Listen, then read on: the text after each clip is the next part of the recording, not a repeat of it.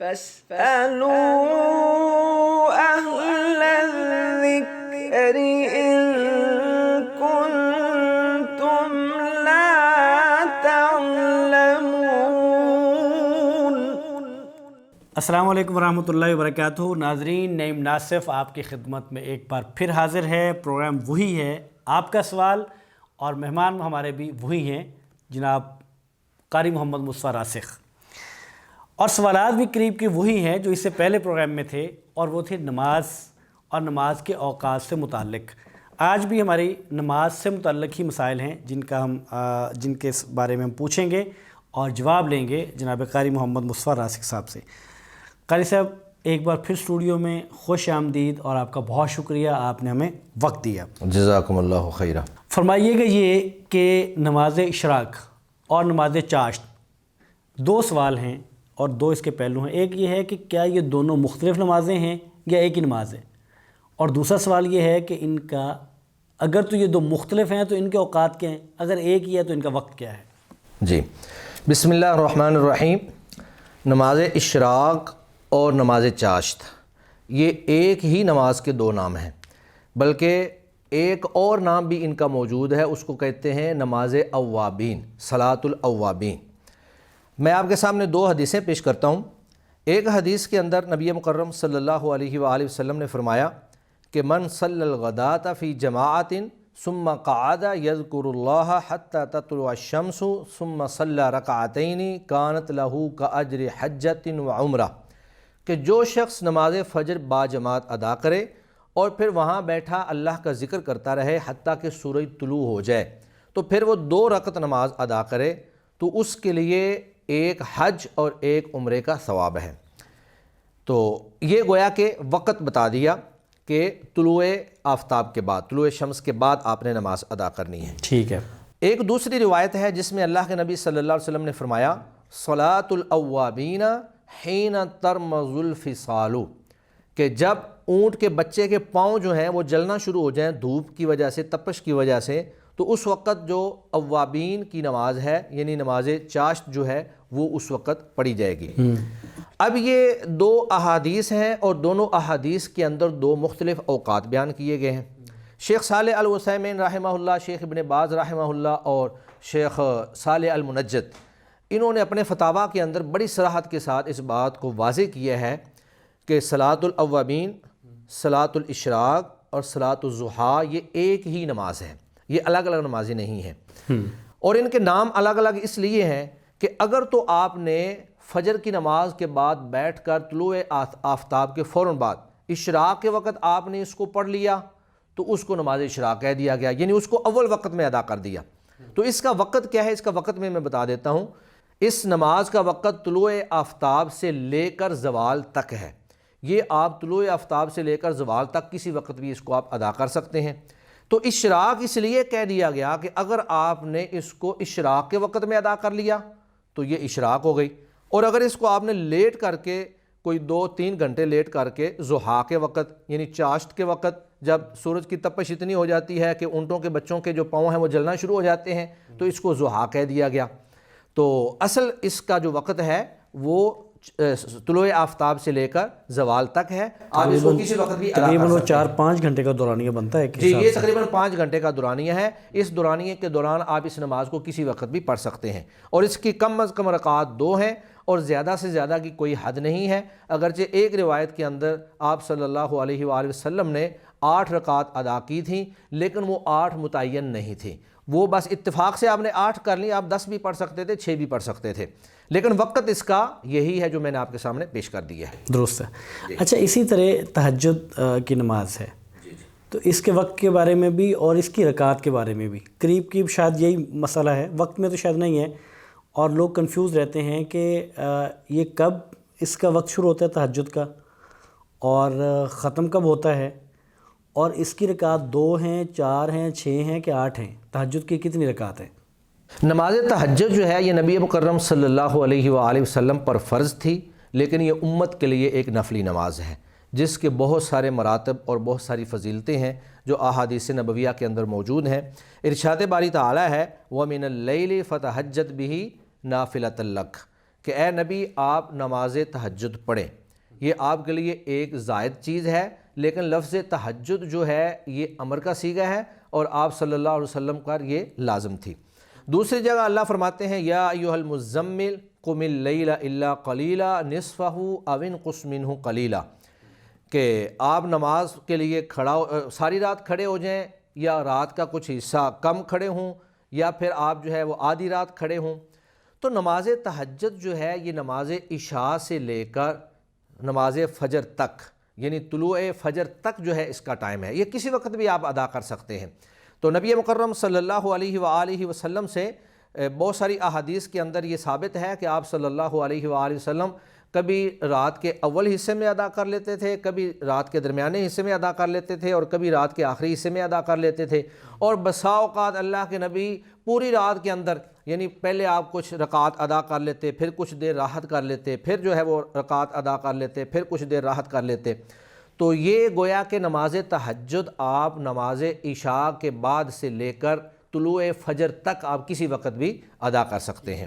اچھا، اس میں ایک اور بھی لوگوں کے ہاں ایک کانسیپٹ ہے، وہ یہ ہے کہ اگر تہجد پڑھنی ہے تو ضروری ہے کہ عشاء کی نماز پڑھنے کے بعد سویا جائے۔ اگر کوئی شخص نماز کے بعد سویا نہیں ہے تو تہجد نہیں پڑھ سکتا، تو یہ بات درست ہے؟ یہ بھی لا علمی اور جہالت ہے۔ کسی حدیث کے اندر اور کسی نص کے اندر ایسی کوئی بات ثابت نہیں ہے کہ تہجد پڑھنے کے لیے آپ نے سونا ہے۔ جب آپ رات کے شروع حصے میں یعنی نماز عشاء کے فوراً بعد تہجد پڑھ رہے ہیں تو پھر آپ کی نیند تو نہیں ہوگی۔ تو یہ گویا کہ لوگوں نے اپنی طرف سے ایک شرط لگا لی ہے جس کو اللہ کے نبی صلی اللہ علیہ وسلم نے بیان نہیں فرمایا ہے۔ آپ بغیر سوئے اور بغیر نیند کیے بھی آپ تہجد پڑھ سکتے ہیں۔ اچھا شیخ، عیدین کی نماز کا بھی ہمارے ہاں ہے، یعنی جس طرح میں نے آغاز میں سوال کیا کہ ہماری نماز ظہر کی ایک مسجد میں کسی وقت میں ہو رہی ہے، وہی ظہر کی نماز دوسری مسجد میں کوئی ایک آدھے پونے گھنٹے کے فرق کے ساتھ ہو رہی ہے۔ عیدین کا بھی یہی مسئلہ ہے ہمارے ہاں، یعنی عیدین میں یہ ہے کہ ہم دیکھتے ہیں کہ ایک جگہ پہ 9:30 بجے کا وقت لکھا ہوا ہے، بینرز لگے ہوتے ہیں۔ ایک جگہ عیدگاہ کا دیکھتے ہیں تو کہتے ہیں 8 بجے نماز ہوگی، ایک دیکھتے ہیں تو وہ 7 بجے ہوگی، ایک 6:30 بجے ہوگی۔ تو اس کے وقت میں کیا اتنا توسع ہے کہ جب مرضی پڑھ لیں؟ یہ اس میں ایسا کیوں ہے؟ یہ وقت کا فرق کیوں ہے؟ عیدین کا وقت جو ہے وہی ہے جو نماز اشراق کا وقت ہے۔ تو نماز اشراق جس طرح ہم طلوع آفتاب کے بعد یعنی جب سورج طلوع ہو جاتا ہے وہاں سے لے کر سورج کے زوال تک پڑھ سکتے ہیں، اسی طرح عیدین کی نماز کو بھی ہم اس پورے وقت کے اندر ادا کر سکتے ہیں۔ اب ہم نے دیکھنا یہ ہے کہ ہمارے جو مقتدی ہیں یا جو ہمارے محلے دار ہیں یا جو لوگ نماز عید ادا کرنے والے ہیں ان کی سہولت کس بات میں ہے۔ افضل اور مستحب تو یہی ہے کہ آپ نماز عید کو زیادہ لیٹ نہ کریں اور اس کو اول وقت میں ہی یعنی اشراق کے وقت میں ہی اس کو آپ ادا کر لیں۔ لیکن اگر آپ سمجھتے ہیں کہ اس میں خواتین کے لیے اور بچوں کے لیے تیاری کرنا اور لوگوں کے لیے فوری طور پر آ جانا وہ مشکل ہو جائے تو آپ اس کو لیٹ بھی کر سکتے ہیں، لیکن پھر بھی اس کو زیادہ لیٹ نہیں کرنا چاہیے۔ مثلا خاص طور پہ اگر عید الاضحیٰ ہو تو عید الاضحیٰ میں لوگوں نے جا کر قربانیاں بھی کرنی ہوتی ہیں، جانوروں کو بھی ذبح کرنا ہوتا ہے، تو یہ باہمی طور پر مشاورت سے اور لوگوں کی سہولت جس طرح ہو اسی طرح اس کو آپ آگے پیچھے کر سکتے ہیں۔ اس میں توسع ہے اور جہاں پر توسع اور گنجائش موجود ہو وہاں میرا خیال ہمیں تنگی نہیں کرنی چاہیے۔ درست ہے جی۔ اچھا، ہمارے ہاں ایک اور بھی مسئلہ ہے، ہم مساجد میں دیکھتے ہیں کہ ایک شخص آتا ہے، جماعت کھڑی ہے اور وہ آتا ہے اور آ کے سنتیں ادا نہیں کرتا اور وہ جماعت کے ساتھ شامل ہو جاتا ہے۔ اسی طرح ہم یہ بھی دیکھتے ہیں کہ ایک دوسرا شخص آتا ہے، جماعت کھڑی ہے، وہ جماعت کے ساتھ شامل نہیں ہوتا، وہ پہلے اپنی سنتیں ادا کرتا ہے۔ جی، اچھا، جو خاص طور پہ فجر کی سنتوں کے حوالے سے بہت زیادہ لوگ فجر کی بالکل ایسے کرتے ہیں۔ اچھا، یہ جو سنتیں ادا کرتا ہے، ایک سوال یہ ہے کہ کیا اس کا یہ عمل ٹھیک ہے؟ اور دوسرا سوال یہ ہے کہ جس شخص نے سنتیں ادا نہیں کیں، جو پہلے ادا کرنی تھی فجر سے پہلے نہیں کی، تو وہ کب ادا کرے گا؟ آ کے تو وہ فرض نماز کے ساتھ شامل ہوگا تو وہ کب ادا کرے گا؟ جی، اس سوال کے دو حصے ہیں۔ پہلا حصہ تو یہ ہے کہ جب فرض نماز کھڑی ہو تو اس وقت کوئی سنت یا نفلی نماز ہوتی ہی نہیں ہے۔ اگر کوئی آدمی نماز فجر کے وقت آیا ہے اور نماز کھڑی ہے تو وہ اگر سنتیں ادا کرے گا تو اس کی سنتیں ہی ادا نہیں ہوں گی۔ مسلم شریف کے اندر روایت ہے، اللہ کے نبی صلی اللہ علیہ وسلم نے فرمایا اذا اقیمت الصلاۃ فلا صلاۃ الا المکتوبہ، جب نماز کھڑی کر دی جائے تو پھر اس وقت کوئی نماز نہیں ہے مگر وہی فرضی نماز۔ تو اس حدیث کے مطابق کوئی بھی فرض نماز جب کھڑی ہو تو آنے والے کو چاہیے کہ وہ فرضی نماز کے اندر شریک ہو جائے اور اپنی سنتیں یا نفل پڑھنا چھوڑ دے اور سنتیں یا نفل نہ پڑھے، خاص طور پہ بے شک فجر کی ہوں یا کوئی بھی سنتیں ہوں۔ اور دوسرا آپ کا سوال یہ ہے کہ اگر اس کی پہلی سنتیں رہ گئی ہیں تو وہ کب ادا کرے گا؟ تو فجر کی سنتوں کے حوالے سے تو واضح ہے کہ وہ نماز فجر کے بعد ادا کر سکتا ہے، لیکن بعض نمازیں ایسی ہیں جیسے ظہر ہے، اس میں فرض نماز کے بعد پھر آگے سنتیں ہیں، تو اب سوال یہ پیدا ہوتا ہے کہ وہ فرض پڑھنے کے بعد کیا پہلی رہ گئی جو 4 سنتیں تھیں وہ پڑھے گا یا پہلے پڑھے گا؟ اس بارے میں ایک حدیث موجود ہے، اگرچہ وہ ضعیف ہے، امام البانی رحمہ اللہ نے اس کو ضعیف کہا ہے، اگرچہ بعض محدثین نے اس کو حسن بھی قرار دیا ہے۔ تو اللہ کے نبی صلی اللہ علیہ وآلہ وسلم کا ایک عمل ہے کہ اذا فاتتہ الاربع قبل الظہر صلیھا بعد الرکعتین بعد الظہر، کہ اللہ کے نبی صلی اللہ علیہ وسلم کی اگر ظہر کی پہلی 4 سنتیں رہ جاتی تھیں تو وہ ان سنتوں کو بعد والی 2 سنتوں کے بعد ادا کرتے تھے۔ سعودی عرب کے معروف عالم دین شیخ محمد بن صالح العثیمین فرماتے ہیں اپنے ایک فتویٰ کے اندر کہ یہ حدیث اگرچہ ضعیف ہے لیکن اس حدیث پر عمل کرنا فإن موافقتہ اولی من الرأی، اپنی رائے اور اپنی مرضی سے زیادہ بہتر ہے کہ ہم اس حدیث پر عمل کر لیں۔ تو اس میں ایک بات ہمیں بھی سمجھ آتی ہے کہ ایک تو یہ تھا کہ آپ کی پہلی سنتیں رہ گئیں اور وہ ترتیب خراب ہوئی، اس کے بعد یہ ہے کہ آپ ان سنتوں کو جب بعد والی 2 سنتوں اور فرضوں کے درمیان پڑھیں گے تو گویا کہ آپ اگلی ترتیب بھی خراب کریں گے، وہ گویا کہ 2 جگہ ترتیب خراب ہو گئی۔ تو اگر آپ فرضوں کے بعد والی پہلے 2 سنتیں پڑھیں اور اس کے بعد پھر ان 4 رکعات کو پڑھیں تو کم از کم کچھ ترتیب جو ہے وہ ایک ہی ترتیب خراب ہوگی اور ایک باقی رہے گی۔ تو اس اعتبار سے کوشش یہ کرنی چاہیے کہ ظہر کے بعد کی جو 2 سنتیں ہیں وہ فرضوں کے فوری بعد ادا کر لی جائیں اور جو سنتیں پہلے رہ گئی ہیں ان کو ان کے بعد ادا کر لیا جائے۔ درست۔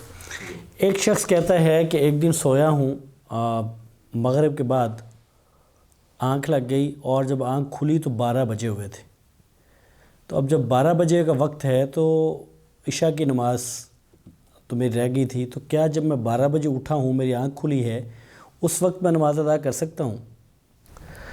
اس حوالے سے دیکھنے والی 2 چیزیں ہیں۔ پہلی بات تو یہ ہے کہ انسان کو عشاء سے پہلے سونا ہی نہیں چاہیے، نبی مکرم صلی اللہ علیہ وآلہ وسلم نے اس کو ناپسند فرمایا ہے۔ بخاری شریف کی حدیث ہے کان یکرہ النوم قبلہا والحدیث بعدہا، کہ اللہ کے نبی صلی اللہ علیہ وسلم عشاء سے پہلے سونے کو اور عشاء کے بعد گفتگو کرنے کو ناپسند فرماتے تھے۔ تو ایسے شخص کو چاہیے تھا کہ اگر وہ تھکا ہوا ہے اور اس پہ نیند کا غلبہ آ رہا ہے، اس کو محسوس ہو رہا ہے کہ مجھے نیند آ جائے گی، تو اس کو سونا ہی نہیں چاہیے تھا، وہ کوشش کر کے عشاء پڑھ لیتا اور عشاء پڑھ کے پھر سوتا۔ تو اس نے اس حدیث کی مخالفت کی ہے اور اس کو ایسا نہیں کرنا چاہیے تھا۔ دوسری بات یہ ہے کہ اگر وہ سو گیا ہے، اب یہ سو جانا اس کے اپنے اختیار میں نہیں ہے، تو جب وہ اٹھا ہے اس کو فوراً نماز ادا کرنی چاہیے، کیونکہ نیند کی حالت میں اگر نماز رہ جائے تو جب آپ بیدار ہوتے ہیں وہی اس نماز کا وقت ہوتا ہے اور پھر اس کو مزید لیٹ نہیں کرنا چاہیے۔ نبی مکرم صلی اللہ علیہ وآلہ وسلم کی حدیث ہے اذا رقد احدکم عن الصلاۃ او غفل عنہا فلیصلیھا اذا ذکرھا، جب تم میں سے کوئی شخص نماز سے سو جائے یا نماز سے غافل ہو جائے تو جو ہی اس کو یاد آئے فوراً وہ اس کو پڑھے۔ اور اللہ تعالیٰ نے بھی قرآن مجید میں یہی فرمایا ہے اقم الصلاۃ لذکری، میری یاد آنے پر نماز کو قائم کریں۔ تو جب اس کو جاگ آ گئی اس کو چاہیے کہ وہ فوری نماز کو ادا کرے، وہ یہ نہ سمجھے کہ اب قضا ہو گئی ہے، میں لیٹ ہو گیا ہوں، نماز کو میں لیٹ کر لیتا ہوں۔ بعض لوگوں کی میں نے دیکھا ہے عادت یہ ہے کہ اگر نماز زیادہ لیٹ ہو جائے تو وہ کہتے ہیں چلیں جی یہ تو اب اس کا وقت گزر گیا، میں پڑھتا ہی نہیں ہوں۔ یا بعض لوگوں نے یہ عادت بنائی ہوئی ہے کہ وہ اگلے دن اسی نماز کے ساتھ اس نماز کو ادا کریں گے، تو یہ طریقہ درست نہیں ہے۔ حدیث کے مطابق یہی ہے کہ جو ہی آپ بیدار ہوئے ہیں فوراً آپ اس نماز کو ادا کریں۔ یعنی اس کا مطلب یہ ہے کہ اگر ایک شخص کی ظہر کے وقت وہ سو گیا، ظہر کی نماز رہ گئی اور عصر کی نماز کا وقت بھی گزر گیا جی، تو تب اس کی آنکھ کھلی تو وہ کیا کرے گا؟ پھر پہلے عصر پڑھے گا کہ پہلے ظہر پڑھے گا؟ اگر اس کی دونوں فرض نمازیں قضا ہو گئی ہیں، رہ گئی ہیں، تو پھر اس میں ترتیب لازم ہے، پھر وہ پہلے ظہر پڑھے گا اور اس کے بعد عصر پڑھے گا، اور اس کی دلیل نبی مکرم صلی اللہ علیہ وسلم کا وہ عمل ہے کہ غزوہ خندق کے موقع پر آپ صلی اللہ علیہ وسلم کی 4 نمازیں رہ گئی تھیں، تو آپ نے پھر چاروں نمازوں کو ترتیب کے ساتھ ادا کیا تھا۔ اچھا، اس کا دوسرا پہلو یہ ہے کہ اگر ایک شخص کی ظہر کی نماز کے وقت وہ سو گیا اور اس وقت آنکھ کھلی جب عصر کی نماز بالکل کھڑی ہونے والی تھی، تو تب کیا کرے؟ وہ ظہر پہلے پڑھے گا یا عصر پہلے پڑھے گا؟ اس حوالے سے اہل علم کے 2 موقف پائے جاتے ہیں۔ بعض اہل علم کہتے ہیں کہ ترتیب جو ہے وہ واجب ہے اور فرض ہے، اور دلیل وہی غزوہ خندق کے موقع پر آپ صلی اللہ علیہ وسلم کا نمازوں کو ترتیب سے پڑھنا ہے۔ وہ کہتے ہیں کہ بے شک عصر کی نماز کھڑی ہے، وہ بندہ جائے گا اور عصر کی نماز میں ظہر کی نیت کر کے وہاں پہ شامل ہو جائے گا، اور عصر کی نماز جو ہے وہ پھر بعد میں پڑھ لے گا، وہ بعد میں ادا کرے گا۔ تو بعض کہتے ہیں کہ نہیں، اگر جو نماز کھڑی ہے، ایک حدیث کے اندر یہ بھی الفاظ ہیں کہ جب تم نماز کے لیے آؤ اور جو پالو اس کو پڑھ لو اور جو رہ جائے اس کی قضا کر لو، یعنی اس کو بعد میں ادا کر لو، اس طرح کے الفاظ موجود ہیں۔ تو وہ کہتے ہیں کہ نہیں، جو موجود ہے پہلے اس کو پڑھا جائے اور پھر جو رہتی ہے اس کی پھر قضا کر دی جائے۔ یہی حدیث جو میں نے آپ کے سامنے تھوڑی دیر پہلے پیش کی ہے کہ اذا اقیمت الصلاۃ فلا صلاۃ الا المکتوبہ، اور بعض روایات کے اندر یہ بھی الفاظ ہیں الا ھذا المکتوبہ، مگر یہی فرضی نماز۔ تو گویا کہ اس حوالے سے اہل علم کے درمیان اختلاف پایا جاتا ہے اور دونوں ہی آراء موجود ہیں۔ تو انسان آسانی سے جس طرح کر لے اس طرح اس کو عمل کر لینا چاہیے۔ اس حوالے سے تنگی کرنے کی بجائے انسان کو توسع اور گنجائش کو سامنے رکھنا چاہیے۔ ایک ہی نماز کی 2 جماعتیں ہو سکتی ہیں؟ ہمارے ہاں یہ بھی پریکٹس ہوتی ہے کہ جماعت ہو گئی، کچھ افراد بعد میں آئے، ایک نمازی 2 3 4، تو جب 3 4 اکٹھے ہو گئے یا 2 بھی ہو گئے تو انہوں نے الگ سے جماعت کروا لی اس نیت سے کہ اکیلا پڑھنے سے جماعت کے ساتھ پڑھنا افضل ہے۔ تو کیا جو دوسری جماعت ہے، ایک تو یہ بتائیے کہ یہ ٹھیک ہے ایک ہی مسجد میں دوسری جماعت کا کروانا، اور دوسری بات یہ ہے کہ دوسری جماعت کا اجر انفرادی نماز پڑھنے سے زیادہ ہے؟ ایک شخص اگر نماز سے لیٹ ہو جاتا ہے اور لیٹ پہنچتا ہے اور دیکھتا ہے کہ نماز تو گزر چکی ہے، تو اس کو چاہیے کہ وہ اگر اس کے ساتھ اور بھی ساتھی موجود ہوں تو اس کو جماعت کرا لینی چاہیے۔ اس کی ایک وجہ تو یہ ہے کہ اکیلے آدمی کی نماز ایک ہوتی ہے، اور با جماعت نماز جو ہے بعض روایات کے مطابق 27 گنا اور بعض روایات کے مطابق 25 گنا اللہ تعالیٰ اس کا زیادہ ثواب عطا کرتے ہیں۔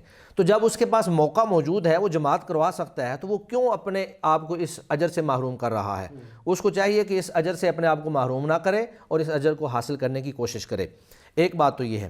دوسری بات یہ ہے کہ باقاعدہ نبی مکرم صلی اللہ علیہ وآلہ وسلم کے سامنے یہ واقعہ پیش آیا کہ ایک آدمی آیا اور اللہ کے نبی صلی اللہ علیہ وسلم نماز پڑھا چکے تھے، یعنی جماعت ہو چکی تھی۔ تو اللہ کے نبی صلی اللہ علیہ وسلم نے جب دیکھا کہ یہ آدمی آیا ہے اور اس نے ابھی نماز پڑھنی ہے تو یہ اکیلا نماز پڑھے گا، حالانکہ باقی جتنے صحابہ تھے وہ سارے نماز پڑھ چکے تھے۔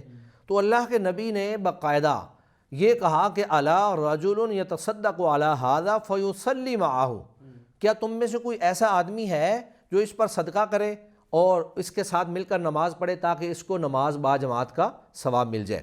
یعنی کہ وہ نماز پڑھ چکے تھے صحابہ، تو اللہ کے نبی نے صرف اس کو 27 یا 25 گنا زیادہ ثواب دینے کی نیت سے باقاعدہ لوگوں کو ترغیب دیجیے آپ اس کے ساتھ مل کر نماز پڑھیں۔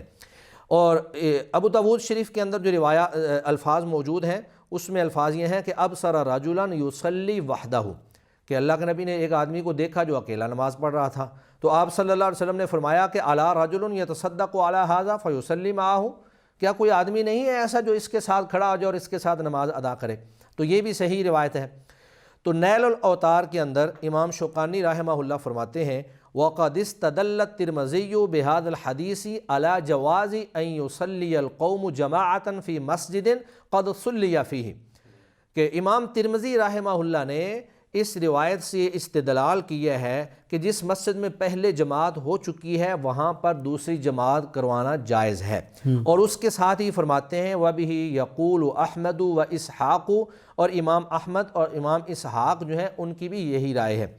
اسی طرح تعلیق المغنی علی الدارقطنی میں یہ الفاظ موجود ہیں ان تقرار الجماعت فی المسجد الذی قد صلی فیہ مرۃ واحدہ او اثنتین او ثلاثہ او اکثر من ذالک بلا کراہۃ جائز، کہ ایک مسجد کے اندر ایک جماعت کروانا یا 2 جماعتیں کروانا یا 3 یا اس سے زیادہ جماعتیں کروانا یہ بلا کراہت جائز ہے۔ اور اس کے بعد فرماتے ہیں وَعَمِلَ عَلَى ذَلِكَ الصَّحَابَةُ وَالتَّابِعُونَ وَمَنْ بَعْدَهُمْ، اس پر صحابہ کرام اور تابعین اور ان کے بعد تبع تابعین اور دیگر اسلاف کا اس پر باقاعدہ عمل رہا ہے۔ اور اس کے بعد فرمایا کہ وَأَمَّا الْقَوْلُ بِالْكَرَاهَةِ، جنہوں نے اس کو مکروہ قرار دیا ہے، فَلَمْ يَقُمْ دَلِيلٌ عَلَيْهِ، اس پر ان کے پاس کوئی دلیل نہیں ہے، بل ہوا قول ضعیف، وہ قول ضعیف ہے۔